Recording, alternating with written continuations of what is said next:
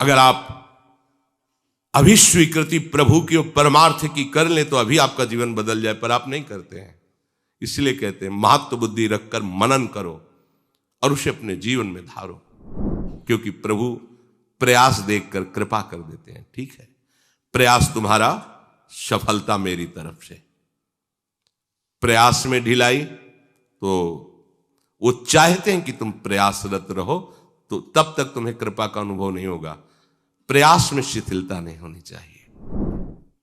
हम जो शरीर को इतना प्यार करते हैं, नरक पहुंचाएगा, जीते जी हमें नरक का दुख देगा। ये देखना है, ये दुख ही तो दे रहा है।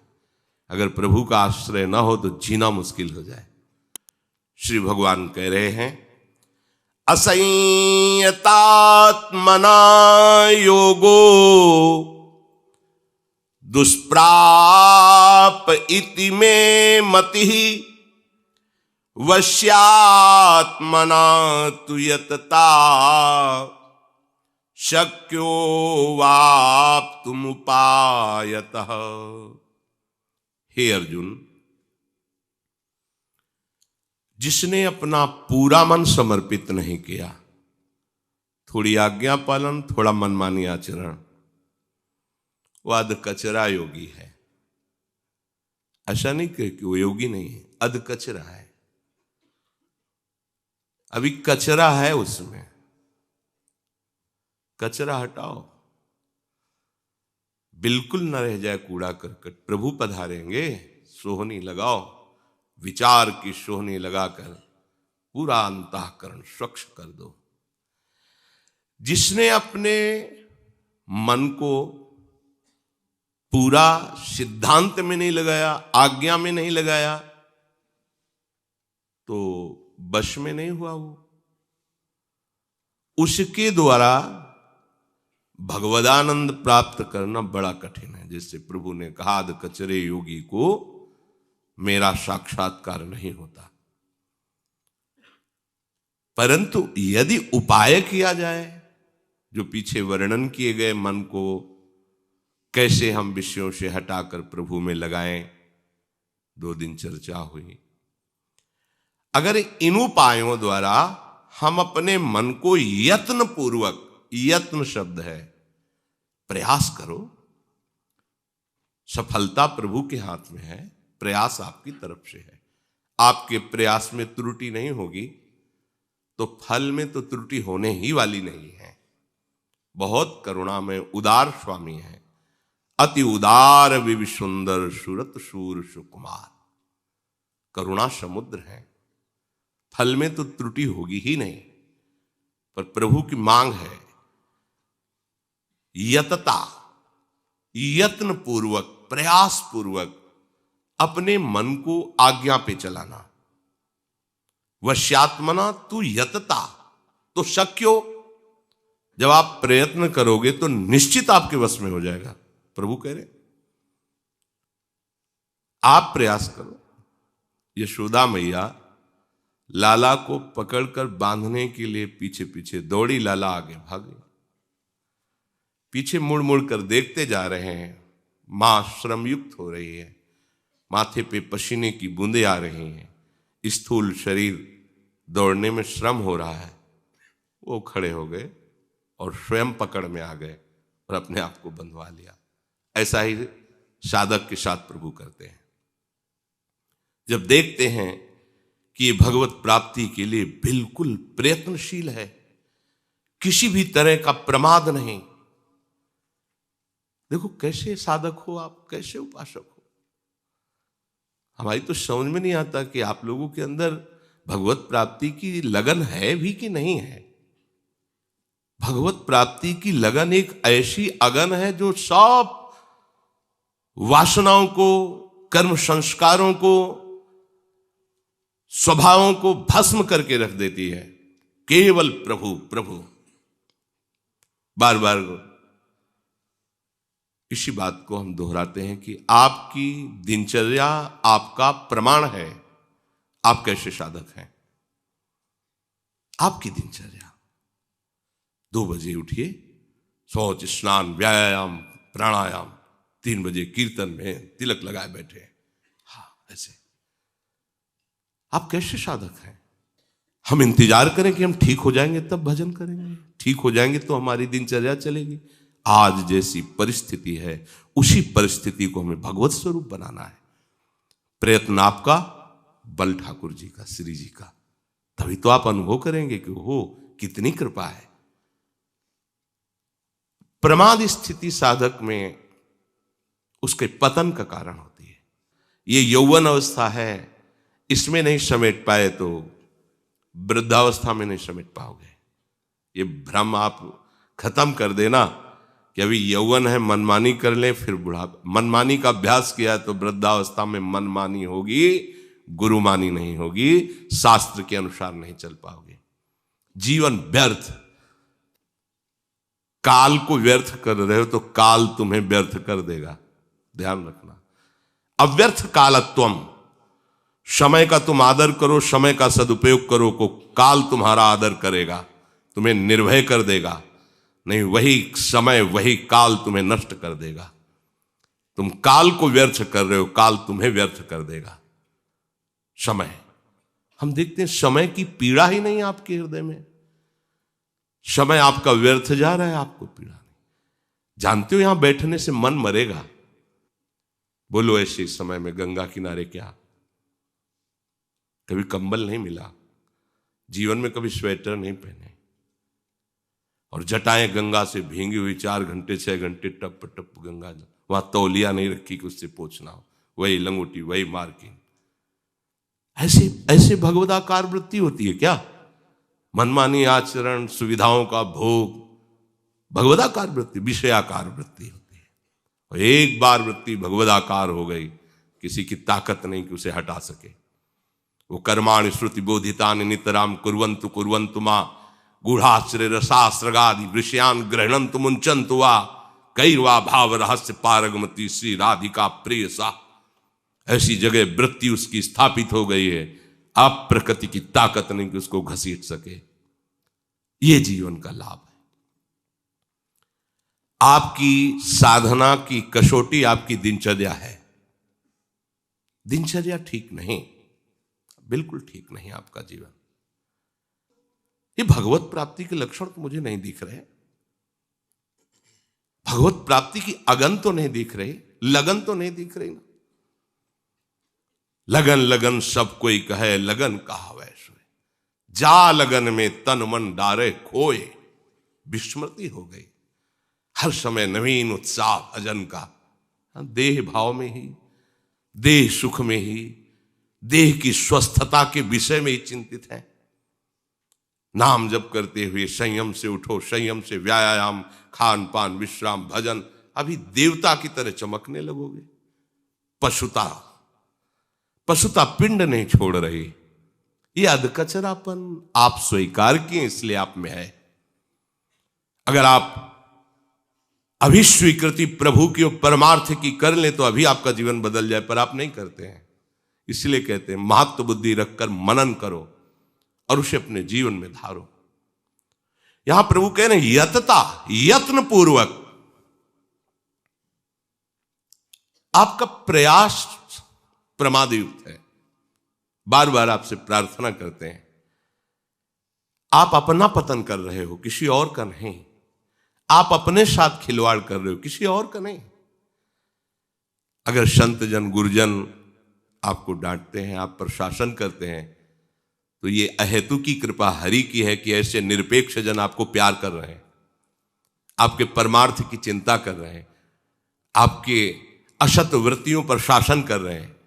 ऐसा अवसर नहीं मिलेगा। यहां सब अपनी मनमानी पर जीवन न्यौछावर किए हुए हैं। तुम्हें अवसर मिला है गुरुमानी होने के लिए, परमार्थ में चलने के लिए। आपको मन में वश करने के लिए उपाय पढ़ने नहीं पड़ेंगे। जो आज्ञा है उस पर चलो, अपने आप बस में हो जाएगा। ये भगवत स्वरूप मन है। जब आप यत्नशील रहेंगे तो इंद्रियाणाम मनश्चास्मि, वही बैठे हुए हैं, वही शांत हो जाएंगे, अपने स्वरूप में आ जाएंगे। और जब आप आज्ञा उल्लंघन करते हैं तो वही वासना का जाल बिछा देते हैं। इंद्रियाणाम मनश्चास्मि, मैं ही मन हूं। समझो, रहस्य को समझो। यदि आप भगवद विमुखता को स्वीकार करेंगे तो यही मन आपका नाश कर देगा। प्रभु की शरण में हो जाओगे तो यही मन ब्रह्म रूप हो जाएगा, यही मन हित बन जाएगा, प्रेम स्वरूप हो जाएगा। तो जो यत्नशील तो वश्यात्मना, मन वश में हो जाता है, क्योंकि प्रभु प्रयास देखकर कृपा कर देते हैं। ठीक है, प्रयास तुम्हारा, सफलता मेरी तरफ से। प्रयास में ढिलाई तो वो चाहते हैं कि तुम प्रयासरत रहो, तो तब तक तुम्हें कृपा का अनुभव नहीं होगा। प्रयास में शिथिलता नहीं होनी चाहिए। उपासक को योग तभी प्राप्त होगा, प्रभु का सानिध्य, भगवदानंद, जब वो अपने मन को प्रयासरत रह करके प्रभु में लगाने की चेष्टा करेगा। सफलता लग जाना ये प्रभु की कृपा से होगा, आपका प्रयास चाहिए। प्रभु कह रहे हैं कि फिर वो योग को प्राप्त हो जाता है, ऐसा मेरा मत है। सबसे आपके पास खास बात होनी चाहिए, हरि हमारे हैं, ये खास बात तो यही देखने को नहीं मिलती। शरीर हमारा, मन हमारा, बात हमारी, चेष्टा हमारी, प्रभु कहीं नहीं दिखाई देते। श्री जी की कृपा, श्री जी का आश्रय, श्री जी का चिंतन, श्री जी हमारा जीवन नहीं। मन को समझाओ, ये वस्तु, ये व्यक्ति, ये पदार्थ, ये स्थान, ये योग्यता भ्रम है, नष्ट हो जाएगी, टिकाऊ नहीं है, परिवर्तनशील है। हरि ये सच्चिदानंद है, नित्य है, ज्यादा मेहनत नहीं करनी पड़ती है। हरि को मीत मानने वाले को, हरि आश्रय लेने वाले को ज्यादा मेहनत नहीं करनी पड़ती, हम आपको बता रहे हैं। अन्य मार्गों में तो मन को वश में करना, जैसे वायु को रोकना है, लेकिन ये मनचोर हैं, ये आनंद समुद्र हैं। जब इनका कोई आश्रय लेता है तो ये अपने आनंद स्वरूप से मन को आकर्षित करते रहते हैं और एक दिन उसको पंग बना देते हैं। विश्वास कीजिए, इनको अपना मानिए। सूरदास जी महाराज कह रहे हैं, हरि बिनो मीत नहीं को तेरे। तुम्हारा शरीर भी तुम्हारा मित्र नहीं है। यदि शास्त्र आज्ञा के अनुसार आचरण करता हुआ भगवत समर्पित जीवन बिता रहा है तो ठीक है। अगर ये वासना से प्रेरित होकर मनमानी आचरणों में उतर रहा है तो दुश्मन है। इस पर विजय प्राप्त करो। हरि के सिवा तुम्हारा कोई मीत नहीं है। हम जो शरीर को इतना प्यार करते हैं, नरक पहुंचाएगा, जीते जी हमें नरक का दुख देगा। ये देखना है, ये दुख ही तो दे रहा है। अगर प्रभु का आश्रय ना हो तो जीना मुश्किल हो जाए। जिसको हम बहुत प्यार, दुलार और मैं पद दिए हैं इसे कि मैं ही हूं, ये धोखेबाज प्रतिक्षण परिवर्तित होता चला जा रहा है, हमको त्यागता चला जा रहा है, हम इसको पकड़ते चले जा रहे हैं। कोई नहीं है। ऐ मन, तुझे फुसला कर, दुलार कर, पुकार कर कह रहा हूं, लाल गोपाल का भजन कर ले। जितना तो संसार बटोर रहा है ये विष है, विषम है। ये चारों तरफ से तूने संसार को घेर रखा है। अंतिम समय कोई तेरा साथ नहीं देगा। एक मीत है हरि। जीवित अवस्था में यदि इनका चिंतन नहीं किया, इनको अपना नहीं माना, तो मरण अवस्था में क्या स्मरण आ जाएगा। इनको अपना मानो, इनके स्मरण में लगो, फिर आप देखना आपको कुछ नहीं करना पड़ेगा, ये सब कर देंगे। अभी उन्हीं की शक्ति से हो रहा है, पर अहंकार होने के कारण हम अनुभव नहीं कर पा रहे। आपको सिर्फ इनके होना है, फिर इनके जो होते हैं वो कैसे होते हैं आप देख लेना। आप कैसे बन जाओगे देख लेना। सतरति सतरति सा लोकांतारयति। ऐसे होते हैं इनके जन।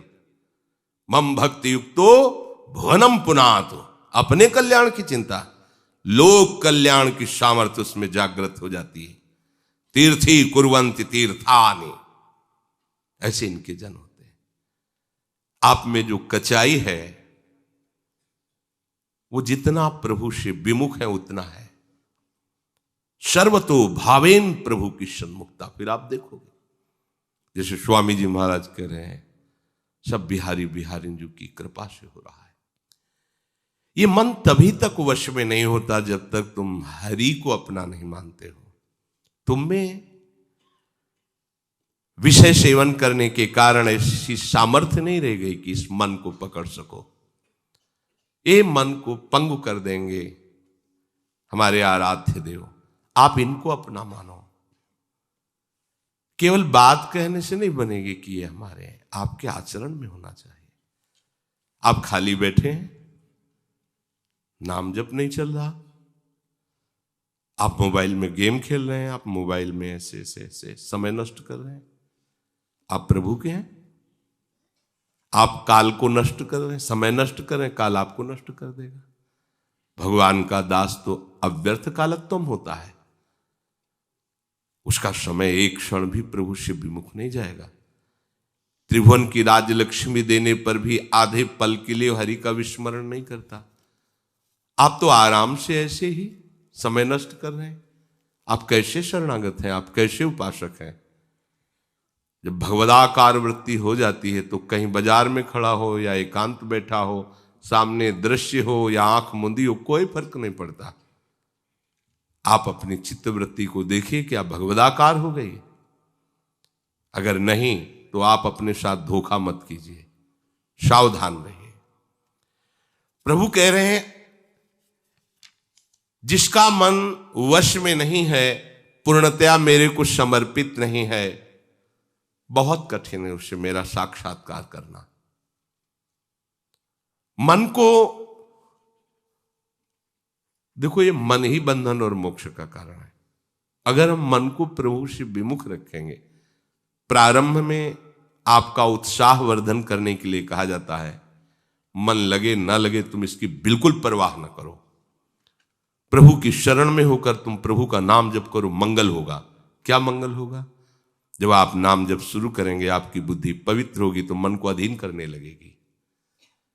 ऐसा नहीं है कि आप विषय चिंतन करते रहे, संसार का चिंतन होता रहे, आपको मंगल का अनुभव हो। ये मन अंतर्मुख होने लगेगा। नाम का प्रभाव आपके मन की चंचलता को नष्ट कर देगा। प्रारंभिक जो आपको उपदेश किया जाता है कि आप मन की तरफ मत देखिए, नाम की तरफ देखिए, ये नाम सब संभाल लेगा। फिर आगे चल करके यदि आप सावधान नहीं हो रहे हैं, नाम जप नहीं बढ़ रहा है और आप मन की चाल पे ही चले, तो फिर डांट लगाई जाती कि मन संसार में घूमे, माला हाथ में, क्या लाभ मिल रहा है तुम्हें? जहां तुम्हारा मन होता वहीं तुम्हारी उपस्थिति मानी जाती है। एक पूज्य श्री मथुरा दास जी के श्रीमुख से सुना था, एक संत गए तो एक राजा ने पूजा कर रहा था, उसने सूचना की, कह दो हम सेवा में हैं प्रभु की। पहुंचे हुए संत थे, उन्होंने कहा जूते में गांठ लगा रहा है कि सेवा कर रहा है? उनको लगा कि सामने आए, आप कैसे बोले महाराज के? बोले जिस समय तू खबर भेजा था तेरी मानसिक स्थिति कहां थी? तो जूता ठीक करवाने के विषय में सोच रहा था कि मेरा जूता फट, और बाहर से सेवा कर रहा है। ये सेवा होती है? जहां मन होता वहीं उपस्थिति मानी जाती है। तो उस ठाकुर सेवा में नहीं था। प्रारंभ में आपको उत्साह वर्धन करके साधन में लगाने के लिए ये सत्य बात कही जाती कि तुम मन की परवाह न करो, तुम नाम में लगो। जब नाम में तुम्हारी रुचि होने लगेगी तो मन पवित्र होगा। पवित्र मन शांत होता है, गंभीर होता है, स्थिर होता है। अपवित्र मन चंचल होता है, अशांत होता है। इसलिए यदि हम नाम जप कर रहे हैं तो हम नाम में हैं, श्री जी की सेवा कर रहे हैं तो हम श्री जी की सेवा में ही हैं, बाहर कहीं नहीं। ध्यान में बैठे तो हम ध्यान में हैं। पर देखो हालत क्या होती है, अधिकतर ये मन प्रपंच की उधेड़ बुन कर रहा होता, हम बाहरी चेष्टाएं कर रहे होते हैं। अब इस स्थिति में ला करके फिर उसे डांटा जाता है, इससे क्या होगा, आगे बढ़, क्योंकि वो संतोष कर बैठा इसी बात में। जब तक प्रभु का साक्षात्कार नहीं हो जाता तब तक कहीं संतोष ना हो जाए तुम्हें अपने